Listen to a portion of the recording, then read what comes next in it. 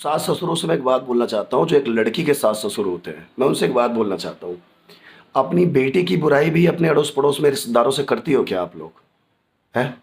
जिसको आपने खुद 9 महीना कोख में रखा, जन्म दिया, उसकी बुराई तुम अड़ोस पड़ोस में या रिश्तेदारों में कर सकते हो?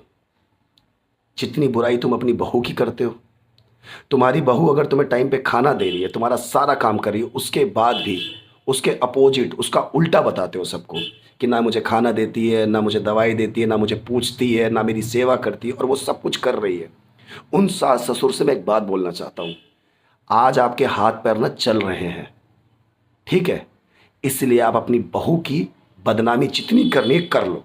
और आपका दिल जानता है कि आपकी बहू जैसा आप बता रहे हो वैसी नहीं है। आपकी बहुत सेवा करती है और आपका टाइम पर ख्याल रखती है, खाना भी देती है।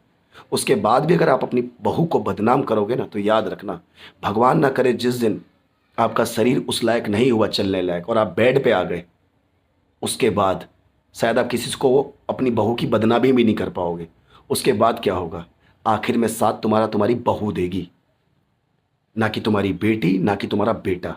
तुम्हारी बेटी को भी नहीं पता होगा, तुम्हारी बेटी आएगी हफ्ते महीने में एक बार, तुम्हारा बेटा सुबह जाएगा रात को आएगा, पर तुम्हारी बहू 24 घंटे तुम्हारे साथ रहेगी, वो तुम्हारी सेवा करेगी।